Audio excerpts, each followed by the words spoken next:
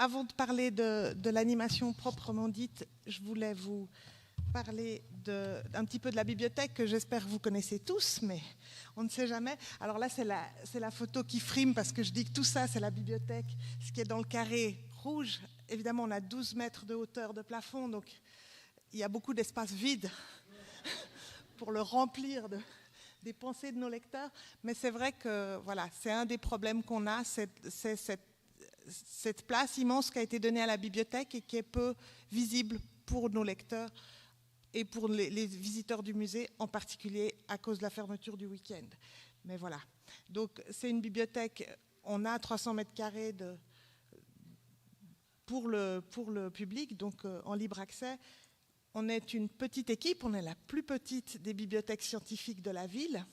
3 équivalents plein temps, 4 bibliothécaires, un apprenti, heureusement, un stagiaire de temps en temps. Là, on vit une période faste, alors on a tout ça. Voilà, c'est aussi des choses dont il faut tenir compte quand on fait de l'animation. On a environ 61 000 documents, dont près de 10 000 qui sont en libre accès. Donc moi, j'aime bien, quand on parle de médiation, de dire que les documents, c'est vrai, comme l'a dit aussi Céline, c'est aussi de la médiation, la manière dont on les présente, la manière dont on laisse l'accès aux gens à tous nos documents. On a des documents qui sont sur divers supports, c'est pour ça qu'évidemment on ne parle plus de livres, depuis la réouverture du musée, ce qui n'était pas le cas avant. On a toute une collection de DVD, de BD, etc. et de livres pour enfants, ce dont je vais parler après. Donc on est ouvert, comme je vous l'ai dit, que du mardi au vendredi sur toutes les heures d'ouverture du musée. Et on a quand même réussi à avoir l'année passée plus de 15 000 visiteurs, ce dont on est assez fiers, puisque Bernard Calange m'avait dit « Vous verrez bien, il n'y aura personne ». Alors voilà, donc on a un peu gagné de ce point de vue-là. Et donc ça représente à peu près, pas tout à fait 100 personnes par jour qui passent à la bibliothèque. Alors pourquoi ils viennent, et etc., ça c'est un autre débat, mais bon voilà. Alors évidemment, on participe, même si on est tout petit, aussi à Interroge, moins que le muséum en termes de quantité de questions, mais si vous regardez les questions auxquelles on répond, vous verrez que c'est quand même du boulot. Donc voilà. Alors là, vous voyez une image du Muséomix Kids qu'on a eu pendant les vacances d'octobre. Donc je voulais vous parler un peu du rapport du MEG avec les enfants. C'est un rapport qui a été très très fort dès la réouverture du MEG, puisqu'on a même fait une inauguration pour les enfants. Donc il y a eu une inauguration en 2 temps quand on a rouvert le musée, avec quelques principes de médiation qui font que les enfants ne sont jamais seuls dans les animations qu'on leur propose. L'idéal étant toujours un partage enfant-adulte, des activités pour les familles, si on veut. Une chose qui est emblématique, on fait un festival pour les enfants qui s'appelle Ramdam Jam, dont je vous parlerai aussi, où c'est les enfants qui invitent les adultes, puis c'est les enfants qui payent. Les adultes ne payent pas et c'est les enfants qui peuvent emmener un adulte, enfin qui doivent souvent, mais voilà. Donc effectivement, on a évidemment certains objectifs derrière qui sont vers une ouverture d'esprit. Je pourrais le résumer en disant on essaye quand même de transmettre comme message que dans le monde entier, les enfants sont confrontés aux mêmes problématiques auxquelles ils répondent différemment et on essaye de voir dans quelle mesure ils y répondent comme ça. Donc l'enfant est toujours, ceci dit, pris très au sérieux, parce qu'on ne fait jamais une offre au rabais pour les enfants, où on essaye, là je parle de la médiation du musée, pas seulement de la bibliothèque, c'est vraiment de toujours offrir un encadrement professionnel, de faire travailler des vrais artistes qui préparent des projets pour les enfants voilà, c'est quelque chose qui est important pour nous.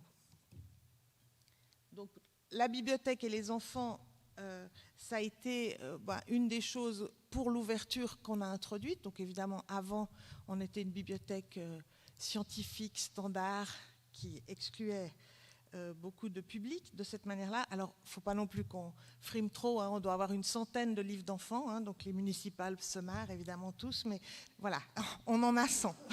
C'est pas énorme. La particularité qu'on a, c'est qu'elles sont intégrées à la collection adulte, donc en fait, il n'y a pas un coin pour les enfants, mais tout est mélangé chez nous. Le livre, pour qu'il rentre dans la collection, il doit avoir un contenu ethnographique. Évidemment, par rapport à la littérature jeunesse, on ne peut pas avoir les mêmes critères qu'avec de la littérature pour adultes. Mais en particulier, on achète énormément de livres bilingues pour avoir un peu toutes les langues possibles représentées et toutes les thématiques très ethnographiques comme la mort, les fêtes, les us et coutumes, les ouvrages qui parlent de comment vivent les enfants ailleurs. Et puis, on offre aussi au sein de la bibliothèque l'accès à la collection musique du MEG. Donc, il y a 20 000 heures écoutables à la bibliothèque du MEG et c'est le seul endroit où on peut les écouter intégralement. Et ça, c'est très, pas exagéré, mais enfin, il y a pas mal de gens qui viennent, des familles aussi qui viennent faire écouter les musiques de chez eux à leurs enfants, etc. Donc, c'est l'occasion d'échanges assez, sympathiques. Donc, par rapport à ça, on a essayé de mettre en place une médiation pour eux. Donc, la médiation à la bibliothèque fait partie du secteur de l'unité des publics, ce qui est une grande différence avec aussi d'autres bibliothèques scientifiques. Et de ce fait, on a depuis le départ toujours participé aux grands événements qu'organisait le MEG. Là, vous avez une image de la Nuit des musées 2017 qui était sur les âges de la vie, je crois, je ne sais plus si le terme était comme ça, et nous, on faisait l'enfance, donc on avait un parcours baby gym et une écoute de berceuse dans une salle, et enfin on avait fait tout un... Voilà, et avec une présentation de livres. Ou bien, justement, Ramdam Jam. Donc Ramdam Jam, c'est un festival pour les enfants de musique et d'ateliers de musique. Donc, ils ont l'occasion de faire des ateliers de danse et de chant et d'instruments de musique, toujours sur une thématique. Ça dure un week-end. Et nous l'organisons avec les ateliers d'ethnomusicologie. Ça fait 3 ans maintenant. Donc, cette année, c'était le printemps, par exemple. Donc, les thématiques sont assez larges et c'est vraiment l'occasion de découvrir la musique sous tous ses angles avec des ateliers. Et on a un succès énorme pour cette journée. Et là, vous voyez, à la bibliothèque, on organise en général des concerts, parfois des ateliers, des choses comme ça. Et puis aussi, on a un petit espace qui s'appelle le Ciné de Poche où on présente toute la journée en continu des dessins animés. Donc tout ça, ça se passe à la bibliothèque. Nous, on a eu cette année 2200 passages à la bibliothèque pour cet événement. Donc voilà, c'est vraiment du service de masse. Et c'est là que j'arrive au service tout à fait personnalisé, qui est, on essaye toujours au MEG d'offrir en même temps la possibilité à des rencontres beaucoup plus intimes, beaucoup moins... voilà. Et c'est pour ça qu'on a proposé, enfin c'est une idée qui est venue de Denise Wenger, la femme que vous voyez là. C'est son idée, c'est la responsable de la médiation culturelle au MEG. Et donc, on a proposé de faire ce programme. Donc, ce n'est pas seulement pour l'Expo des Contes, c'est quelque chose qu'on fait depuis longtemps, 1 fois par mois, à peu près 9 fois par an. Et c'est vraiment une collaboration entre la médiation et la bibliothèque. L'idée, c'est de faire découvrir un objet, de l'exposition permanente ou temporaire, de l'illustrer avec une histoire qu'on trouve, qui est donc dans notre fond, et de compléter la visite avec un son qui est tiré de la collection des AIMP, donc la collection des archives internationales de la musique populaire. Donc concrètement, on présente à deux, une médiatrice et moi. La première partie, on va dans la salle d'exposition où on observe l'objet, les enfants peuvent réagir, etc. On montre aussi comment on l'utilise, s'il y a lieu pour un instrument de musique, on explique comment on joue avec lui. Et ensuite, on va au salon de musique de la bibliothèque où on leur raconte l'histoire et on termine par le son et ils dansent s'ils ont envie. En général, quand c'est des groupes de maisons de quartier comme ça, ils dansent bien. Quand c'est avec leurs parents, c'est un peu plus difficile. Et on essaie de revivre un petit peu l'histoire. Donc, je vais vous faire un exemple. Ça, vous l'avez vu déjà 3 fois pendant la présentation de Céline. Donc, voilà. Donc, maintenant, vous y aurez droit. Donc, ça, la première fois qu'on a présenté ce format, c'était à l'occasion de l'exposition L'effet boomerang. Et d'ailleurs, la toute première fois, elle a dû être annulée pour faute d'inscription, donc c'est vrai qu'il faut être assez modeste quand on a des bonnes idées. Des fois, il faut un peu insister, on ne peut pas toujours gagner la chose. Donc là, on présentait Barou le crocodile, donc c'était l'objet, le crocodile était montré dans l'exposition et Yidaki, l'histoire de Yidaki racontait un peu toute la cosmologie aborigène, etc.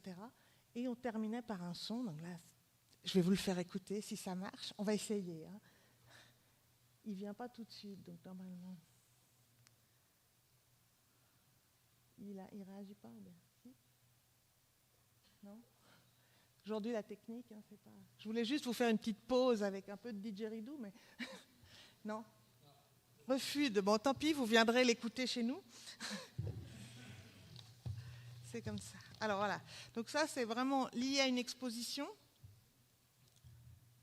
Après, comme vous le savez, de janvier à mai, on n'a pas d'exposition. Là, la médiation avait décidé de faire des thématiques autour de prendre une thématique ethnologique sur laquelle elle déclinerait sa programmation comme ça. Et cette année, ça a été le secret. Donc on a présenté plein de secrets, les secrets professionnels, les secrets en tout genre. Et donc là, évidemment, le défi, c'est de trouver pour nous un livre en lien et un objet en lien. Donc on a présenté ces deux ouvrages.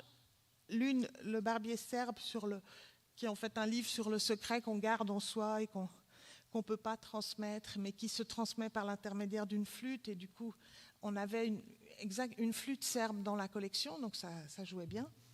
Et l'autre, le mana polynésien, qui est un objet sacré, tout petit, que les Polynésiens portent sur eux. Et là, on avait une histoire d'une danseuse, d'une petite fille qui allait à un cours de danse et qui n'avait pas le courage de faire passer son examen et qui recevait un objet comme ça pour se donner du courage. Donc voilà, on a pu, disons, par ce biais, montrer ce que c'est... Enfin, c'est un peu ambitieux, mais oui, l'idée de montrer une force d'origine spirituelle qui réside entre les êtres vivants, les animaux et les objets, ce qui est un peu la signification du mana, puisqu'il confère autorité, pouvoir et prestige aux êtres et aux objets qui le détiennent.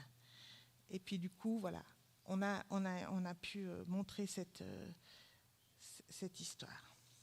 Il y a d'autres moments qui ont été peut-être un peu plus difficiles.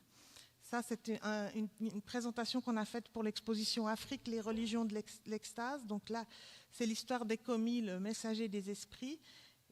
Et l'idée, c'était de faire découvrir le bieri, qui est un culte des ancêtres pratiqué par les Fang. Donc c'est vrai qu'aborder la question de la mort, c'est pas très simple. Donc c'est des boîtes dont nous possédons un des rares exemplaires complets au Meg. C'est des boîtes dans lesquelles il y a des crânes conservés des ancêtres et qui servent au culte des ancêtres. Et c'est vrai que ce livre, qui est une très jolie histoire, mais le choix de l'illustrateur, il a représenté l'enfant, il est là en bas comme un masque Fang, comme une statue Fang. Et pour les enfants, ça a été très difficile de s'identifier à cet enfant-là, qu'ils ont trouvé vraiment trop étrange. Donc c'est vrai que là, parfois, il faut un peu réfléchir à comment on le présente. Donc après, j'ai pu corriger le tir en leur expliquant que c'était une représentation, mais du coup, on a un petit peu... Voilà, c'est des fois des choses auxquelles on ne pense pas forcément quand on prépare l'événement.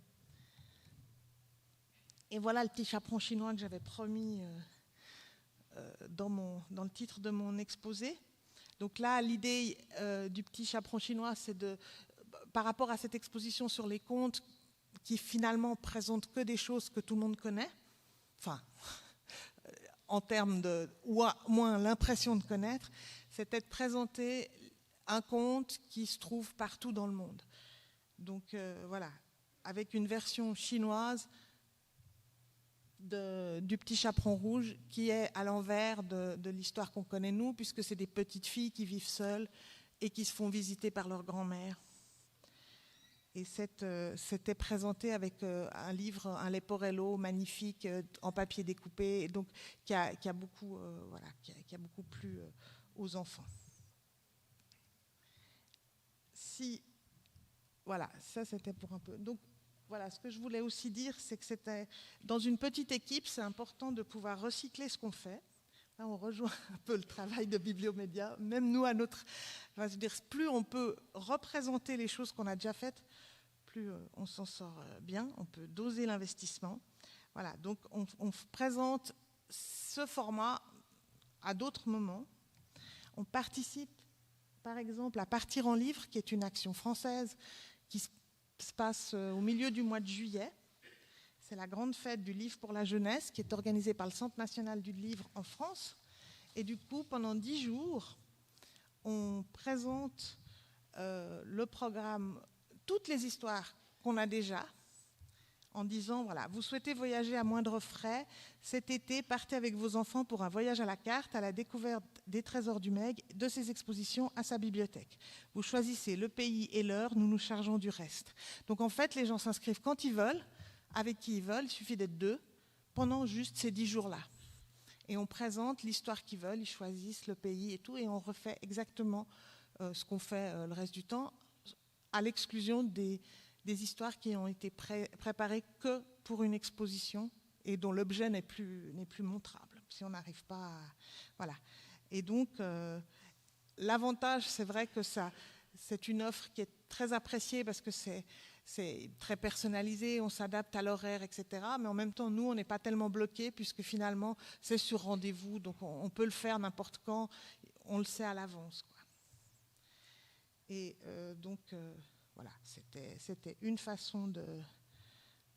Et l'autre exemple que je voulais vous montrer, c'est avec l'Espace Colibri. L'Espace Colibri, c'est un lieu qui enseigne en particulier le yoga pour les bébés qu'on fait au Meg et avec qui on a travaillé pendant... Ils sont venus faire un camp au Meg pendant 1 semaine cet été. Et du coup, ils nous ont demandé si on pouvait raconter tous les jours une histoire pour finir la journée. Donc, ils sont venus pendant 1 semaine aussi. Et ça nous a permis de... En fait, c'est les enfants aussi qui choisissaient l'histoire et que ça, c'était juste pour l'histoire. Mais ça permettait de créer une certaine dynamique au sein du Meg. Alors, encore une image de Muséum Mix. L'avenir est un peu incertain parce que, comme vous l'a dit Samy Canaan, nous avons un nouveau plan stratégique. Alors, il va falloir voir si on arrive à faire rentrer notre proposition dans le cadre du plan stratégique. Évidemment, on reste partenaire de la médiation du Meg et de toute façon, voilà, on va, si on ne fait pas encore un objet, un son, une histoire, on fera autre chose pour continuer à avoir des enfants dans la bibliothèque. Voilà, merci beaucoup. C'est qu'on voit que dès que la bibliothèque est associée au pôle public, les interactions ont l'air beaucoup plus faciles. Donc je me demandais ce qu'il en était, comment on pouvait développer cette idée au sein des bibliothèques publiques. Je n'oserais pas le dire parce que ce n'est pas mon domaine, mais ça m'interpelle beaucoup en fait de voir que dans la hiérarchie et l'organisationnel, la façon de positionner la bibliothèque permet plus facilement, selon le choix qu'on fait, d'intervenir au niveau de la médiation culturelle. Bien sûr, c'est évident que d'être dans le secteur public a une influence parce que la motivation du responsable change, enfin tout change forcément. Moi je dirais qu'une des choses qui a peut-être changé pour nous, c'est qu'on n'avait pas le choix. c'est pas une démarche, voilà, on n'est pas en train de nous dire si ça vous amuse de faire un atelier, ce serait chouette. C'est juste qu'est-ce que vous allez faire pour tel événement, qu'est-ce que vous allez faire tel jour. Voilà. Après, je pense qu'on se prend au jeu. Parce que rencontrer le public, c'est inestimable en termes de valorisation. Enfin, je veux dire, c'est la seule chose qui rend notre rôle indiscutable. Et voilà. Donc, c'est vrai, c'est plus simple quand on est dans la bonne unité, je pense. Oui, alors moi je suis tout à fait d'accord. Il faut qu'on puisse aller à la rencontre du public et puis que le public commence par savoir qu'on existe. Parce que nous, on a eu ce problème très longtemps. On a cette étiquette de bibliothèque scientifique et patrimoniale, donc c'est bien beau de conserver plus de 50 000 monographies, des mètres linéaires d'archives, de périodiques, etc., des fonds précieux, mais si c'est juste pour les conserver, à un moment donné, il faut se poser la question de est-ce que c'est logique, est-ce que c'est utile de procéder de la sorte. Alors après, pour se donner les moyens d'avoir une adaptation de la collection au grand public ou de développer d'autres offres de services et puis de faire de la médiation, c'est la question des ressources qui se pose à chaque fois. Et les ressources, on ne les a pas toujours, que ce soit en termes humains, budgétaires ou même de compétences. Donc c'est là aussi qu'il y a des questions à se poser et puis des décisions à prendre. Je pense qu'effectivement, si on veut continuer à exister, à survivre et puis à avoir notre place en tant que bibliothèque de musée au XXIe siècle, on ne peut pas se contenter de faire ce qu'on faisait il y a 50 ans dans la tradition plutôt scientifique ou très, très spécialisée du moins. Voilà. C'est vrai que ça soulève un point majeur dans le sens où le métier évolue, vous l'avez très bien dit, puis ça s'apprend, c'est un autre volet du métier, ça ne s'improvise pas. Et puis ça pose vraiment la question du temps de travail, enfin vous le disiez, du pourcentage dévolu à la médiation, vraiment dévolu à la médiation, et à la question de la formation. Alors je sais que vous m'aviez dit avoir suivi une formation, vous, chez Bibliomédia, voilà justement. D'accord. Et est-ce qu'il faudrait, est-ce que vous avez des pistes de comment ça pourrait se mettre en place, est-ce qu'une journée suffit? Est-ce qu'il faudrait des formations continues? Alors non, une journée ne suffit pas. Une journée, c'est super pour se rendre compte qu'il y a des projets qui existent, qu'il y a des partenaires qui sont là, qui peuvent justement accompagner, donner des idées, des conseils. Mais comme vous l'aviez signalé avant, Céline Cerny, c'est une fois qu'on quitte les locaux de Bibliomédia puis qu'on revient au travail le lendemain dans son institution, c'est très difficile de se dire je me lance dans un projet et puis je vais créer de toutes pièces une animation, un atelier pour l'année prochaine. On est très vite heurté à des contraintes et des choses qu'on ne peut pas ou qu'on ne sait pas faire. Et c'est très difficile sans la présence, je pense, d'un médiateur culturel qui, en plus de ça, doit bien connaître aussi le monde des bibliothèques. Parce qu'à moins d'avoir la double casquette, c'est vrai que c'est pas facile. Peut-être qu'un médiateur culturel ne sera pas forcément bien vu ou accepté au sein d'une équipe de bibliothécaires. Enfin, il y a des questions un petit peu qui se posent à ce niveau-là. Donc, de pouvoir continuer à se former et puis d'acquérir des compétences aussi déjà au niveau du cursus scolaire, des formations haute école de gestion et autres. Je pense que c'est là-dedans que ça doit avoir sa place aussi, à mon sens. Merci, ça me semble important. Une réaction? J'imagine que vous êtes confronté à ce genre de questions. Vous êtes plusieurs dans ce cas, à mon avis. Oui, alors, puisque je suis dans la formation, justement, je tenais quand même juste à préciser que c'est absolument évident. L'avenir, je rejoins tout à fait ce qui a été dit, l'avenir des bibliothèques publiques, mais aussi l'avenir des bibliothèques scientifiques, elle passe par une meilleure interaction avec, non pas des publics spécialisés, mais avec le grand public. Je crois que c'est ça l'avenir. Et ça nécessite donc des compétences, entièrement d'accord. Et ces compétences, cette semaine encore, on a un peu revu le contenu d'un cours d'une 60aine d'heures quand même autour de la question de la médiation culturelle.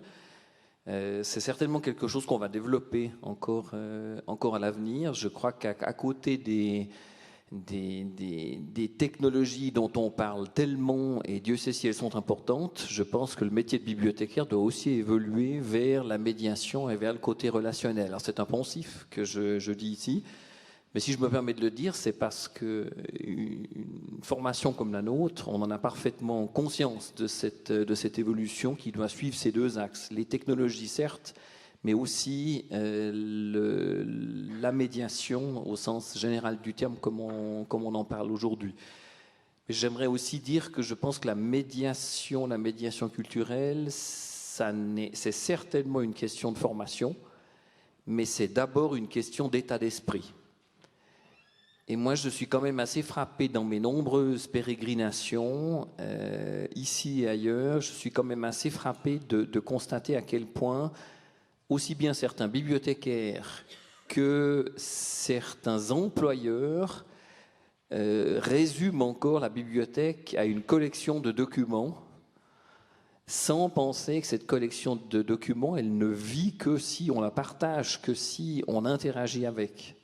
Donc je pense que formation sans aucun doute, mais aucune formation ne porte ses fruits s'il n'y a pas l'état d'esprit positif qui est là à la base.